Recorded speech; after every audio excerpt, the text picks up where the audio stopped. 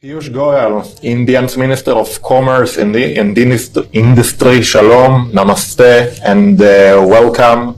And thank you for joining us at Channel 10, Israel's economic channel. Shalom, it's my privilege and pleasure. You are here in Israel, in the heart of Tel Aviv, in order to promote the free trade agreement, the first free trade agreement between India and Israel. So let's start it simply. Where do we stand now?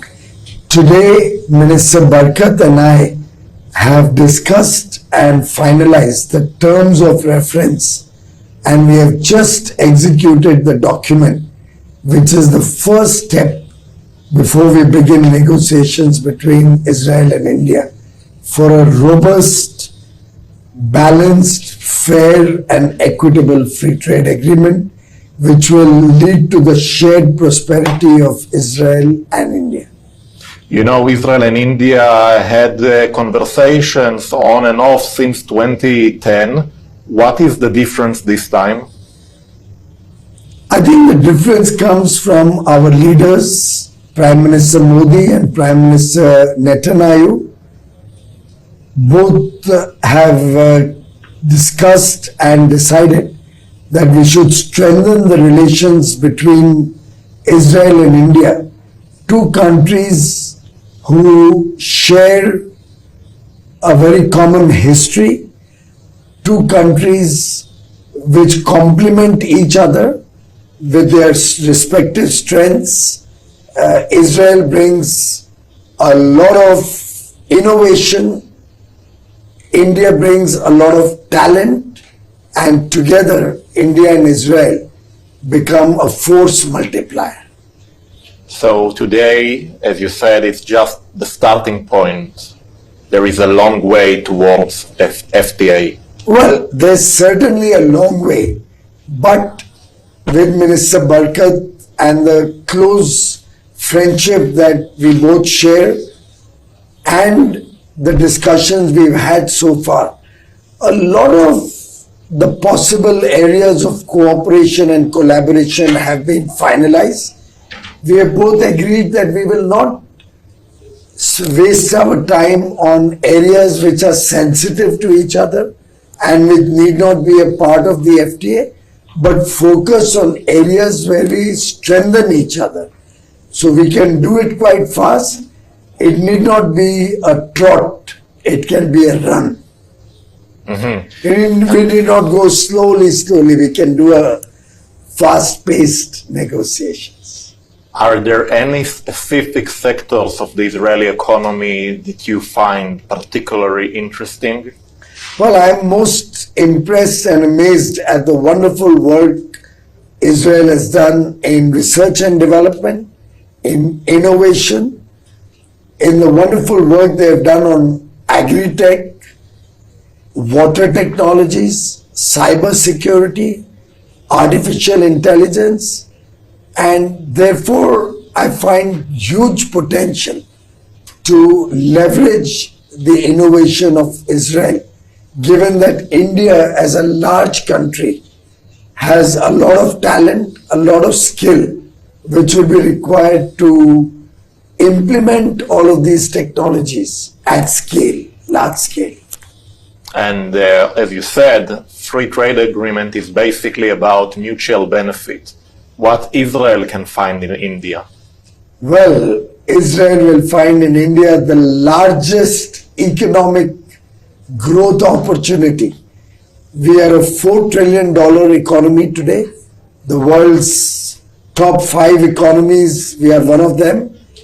By 2027, 2 years from now, India expects to become the world's 3rd largest economy.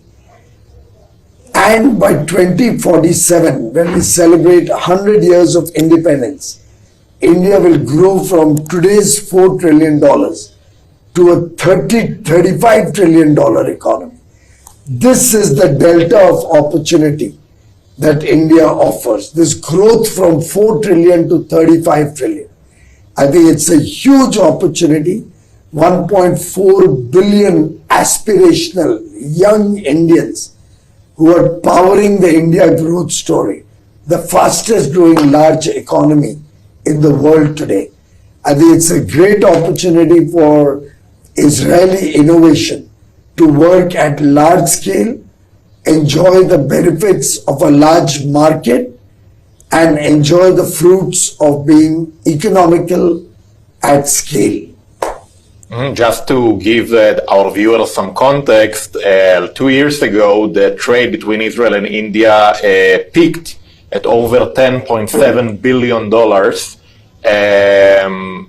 Do you think this is just the beginning, that the potential is much, much higher? Sure, a free trade agreement always provides certainty, stability, and predictability to business persons. They sense the confidence between the two countries and sense the comfort of a free trade agreement which supports free trade, which supports investment, and which protects the economic relations between the two countries. Minister Barkat and I both believe that this potential can grow in a multiplier way many times in the coming 5 to 10 years, and then continue to grow as we celebrate 100 years in 47 and you celebrate 100 years in 48. We are two countries with a long history behind us. We are two countries which have fought for our independence and achieved it after a lot of struggle. We are two countries who trust each other, our businesses, our people like each other, and I'm sure the potential between us is unlimited. Unlimited. Well, you know, Israel is just a small part, after all, of India's bigger trade picture. And I think many of our viewers are actually curious also about the trade relations between India and the US, obviously. Where do things currently stand between India and the US on trade? Is there any progress recently? We have wonderful relations with the United States of America. We have a strategic partnership which has only gone better over the last 25 years. And I believe that the discussions are progressing well, and we hope to be able to arrive at a fair and equitable, balanced agreement between the United States and India in the near future. So you are optimistic about that? Yes, this is a relationship which is very consequential, very important for both countries. We have the world's two big democracies. And I think the leaders, the businesses, and the people of both countries share a lot of friendship, a lot of commonality. And yet we cannot ignore the new world maybe that we live in since Donald Trump became the president again, since he became president. We share very good relations with President Trump. And we are very confident that India will work with the United States in the future in a much bigger way. So you are not afraid of the tariffs? Not at all. I think that will get resolved as we move towards a bilateral trade agreement that is under negotiation. I want to ask you about your perspective as Minister of Commerce and Industry about trade in general, because you were a vocal voice in India for openness. You said that the industry in India should open itself to a global competition. And yet at the same time you said that there are sectors that you as the Indian government want to protect and it's not negotiable. So I'd like to ask you, not negotiable. So I want to ask you, where do you draw the line? Well, in terms of competition, where trade is fair and equitable, where there are transparent economic systems or democracies with the rule of law, I believe India can compete with anybody on any product, particularly on the non-agricultural side, the industrial side. Our greatest concern comes when the corresponding other country does not have transparent economic systems, and we are often subject to goods being imported in India or exported to India in large volumes at very low prices, to which we cannot understand how such low prices can be offered.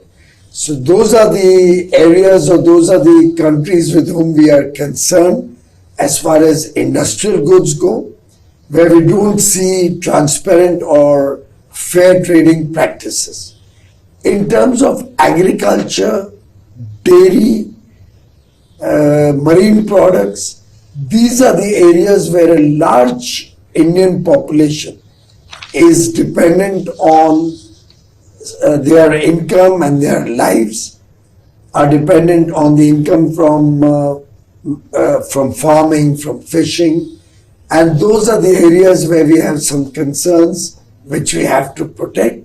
Fortunately for us with Israel, there is no competition on these areas, so we don't see any difficulty in finalizing a free trade agreement. So your bottom line is that overall India is heading towards more openness. Undoubtedly. We believe that competition is good for our industry. It improves competitiveness, it improves efficiency, and helps the consumers get a good product, high quality product at competitive prices. Piyush Goyal, India's Minister of Commerce and Industry, thank you very much for this conversation. Thank you, sir. Thank you very much, Nikolai. Wonderful to talk to you. Thank you, sir.